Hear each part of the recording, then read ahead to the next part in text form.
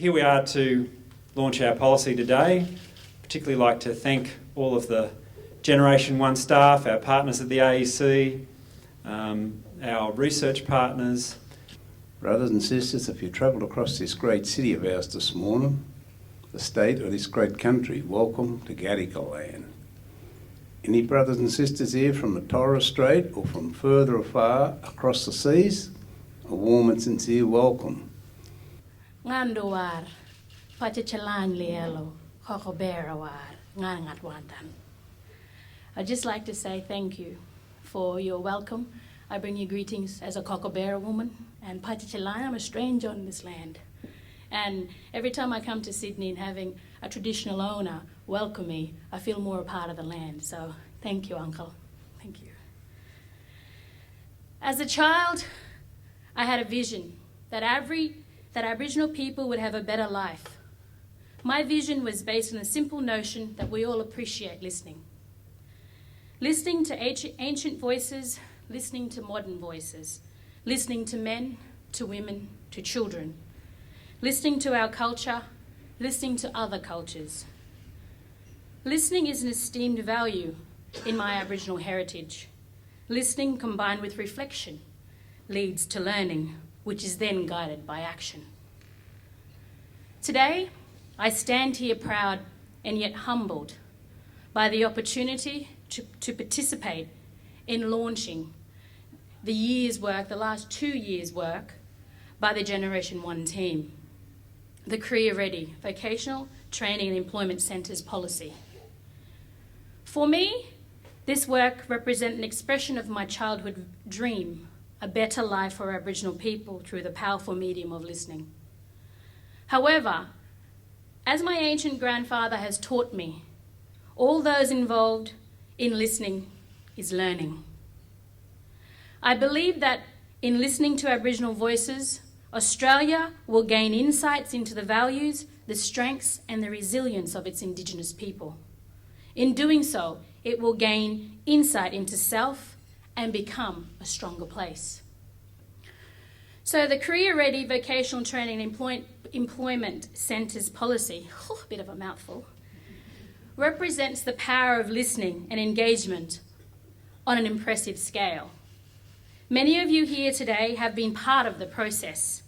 The policy being launched reflects the power of partnerships when diverse groups work together and listen equally together.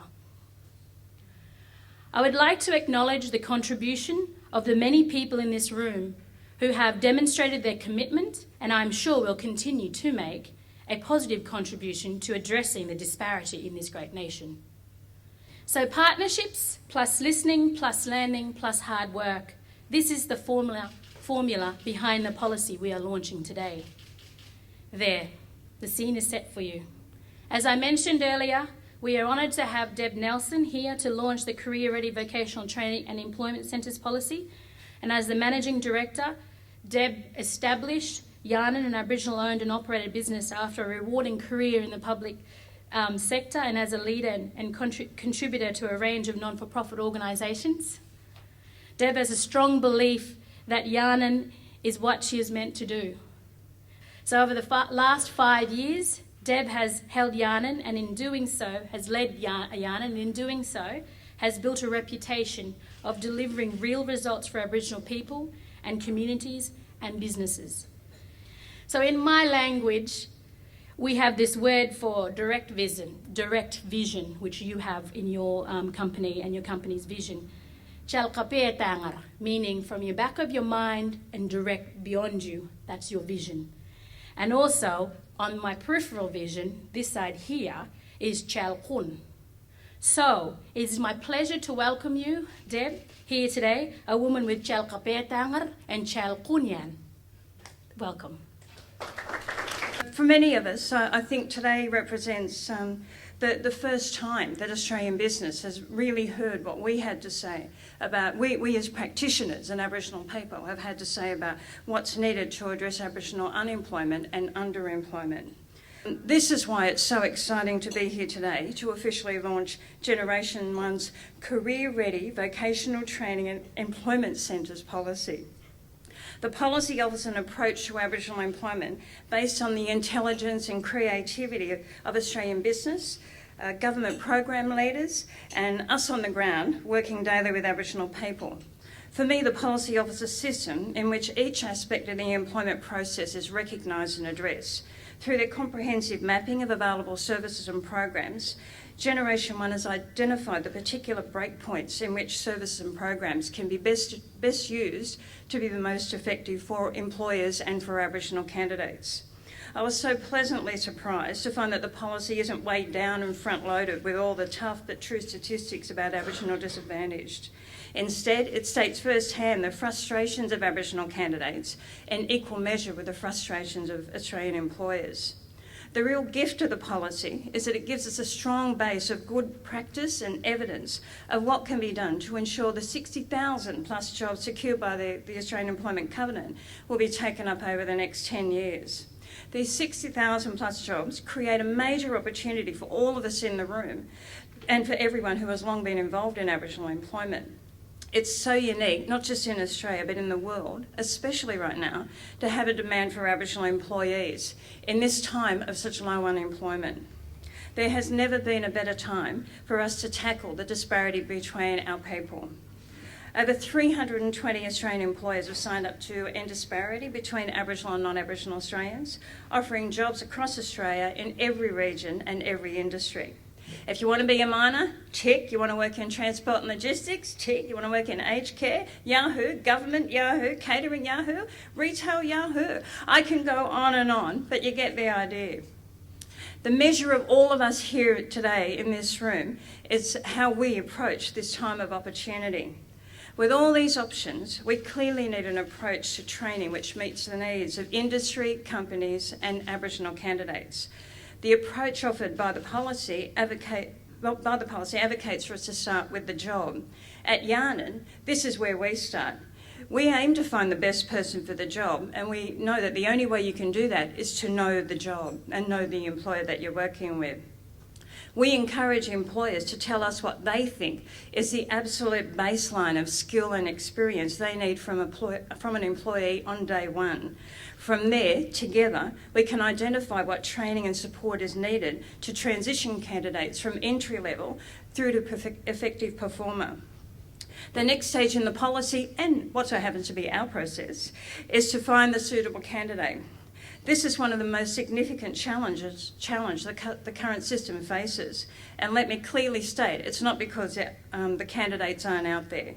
I believe it's because what the real issue is that job service providers, including us, need to be better at identifying and mapping the values and strengths of candidates to the available jobs. It's not that we're not out there ready to go and willing to go. It's the provider's ability to be able to recognise that and then help you recognise that so that you can see the value you bring to an employer. The third stage advocated in the policy is to support people into their jobs. I guess the best example of this, or the best way to express this is an example. At Yaama, we currently work with South West Sydney Local Health District, which is one of the largest employers in New South Wales. Over the last couple of years, we've placed 70 Aboriginal trainees, 70 Aboriginal trainees with the district, of which 97% have successfully completed their one-year traineeship. So I'm also really pleased that the paper advocates for VTECs, I'm going to say VTECs, it's too long, for VTECs in places that are already experiencing high demand for Aboriginal employees. I want to sincerely thank and say great work to the GenerationOne team for producing this policy document. It's taken just over 12 months and you've spoken to anyone and everyone to ensure you understand the challenge and the context at all points of the employment cycle. So it is with great pleasure that I officially launch the policy.